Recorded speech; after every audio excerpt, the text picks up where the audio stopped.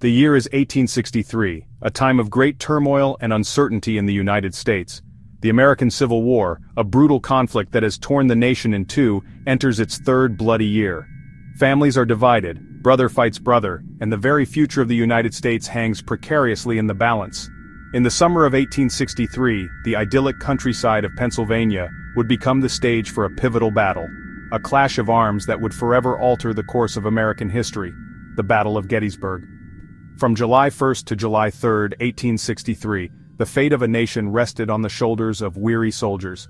The quaint town of Gettysburg, Pennsylvania, transformed into a maelstrom of fire and fury, its fields and hills echoing with the deafening roar of cannon fire and the anguished cries of the wounded.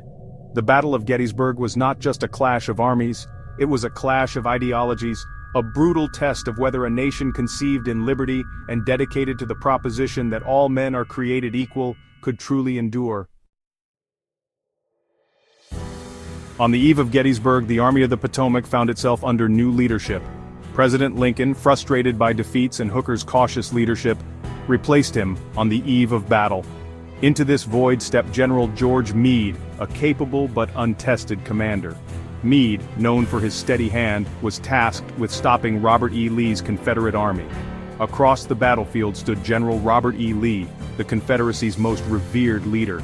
Lee, a brilliant strategist, was determined to carry the fight north. Lee's invasion of Pennsylvania was a bold gamble, aimed at seizing the initiative and breaking the Union's will to fight. By carrying the war into the north, Lee hoped to demoralize the Union population and disrupt critical supply lines. Lee's strategy hinged on bringing the Army of the Potomac to battle on favorable ground. However, Lee's advance was hampered by a lack of accurate intelligence about the movements of the Army of the Potomac. Unbeknownst to Lee, the Army of the Potomac, now under Meade's command, was hot on his trail. On July 1, 1863, the two great armies collided at Gettysburg, a chance encounter that would spiral into one of the most consequential battles in American history. Initially, the fighting was a series of skirmishes as Confederate troops, searching for shoes in Gettysburg, encountered Union cavalrymen. The fighting escalated rapidly, drawing in more and more troops from both sides. The Confederates, led by the fiery generals A.P. Hill and Henry Heth, attacked with ferocity, pushing the outnumbered Union defenders back through the streets of Gettysburg. As the day wore on, the Union forces, bolstered by reinforcements, established a strong defensive position on Cemetery Ridge. The first day ended with the Confederates holding the town, while the Union held the high ground to the south. Section 5, Day 2. Holding the line on Little Round Top. The second day of the Battle of Gettysburg, July 2, 1863, saw some of the most desperate fighting of the war. Lee launched a series of assaults against the Union flanks. The Confederate attack focused on Little Round Top and Devil's Den. Colonel Joshua Lawrence Chamberlain and his 20th Maine Regiment defended Little Round Top. Outnumbered and nearly out of ammunition, Chamberlain's men fought bravely, repelling repeated Confederate assaults. The fighting on July 2nd was fierce and resulted in high casualties with no decisive breakthrough. Section 6, Day 3, Pickett's Charge and the High Tide of the Confederacy. The fate of the Confederacy hung in the balance as dawn broke on July 3, 1863, the third and final day of the Battle of Gettysburg.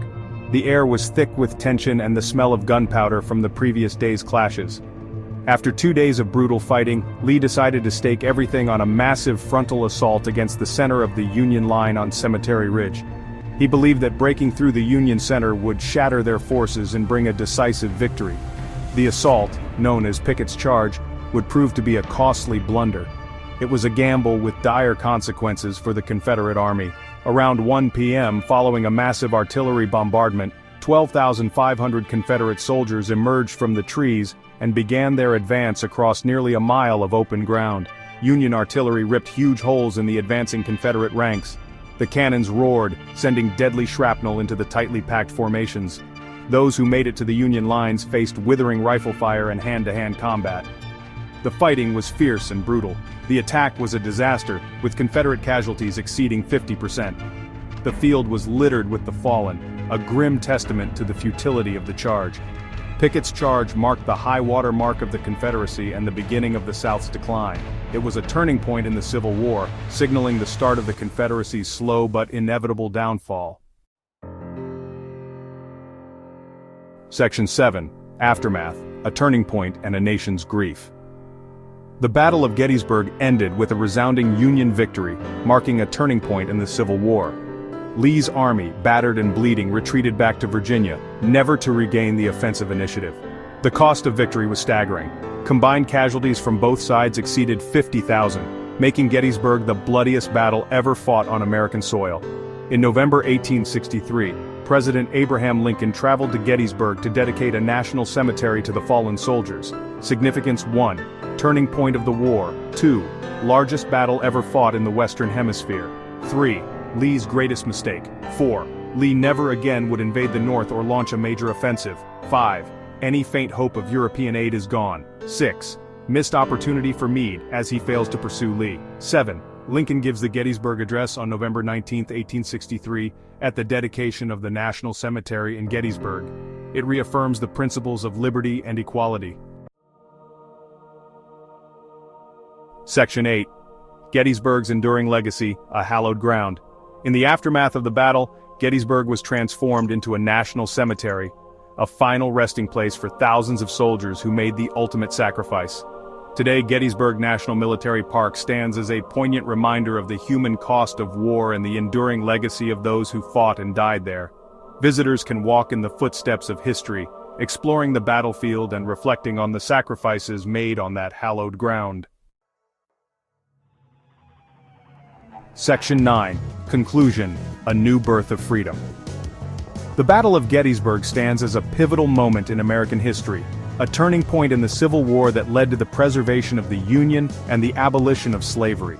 The sacrifices made in July 1863 helped forge a new birth of freedom for a nation torn apart by conflict. Please like and subscribe. This is Essential U.S. History.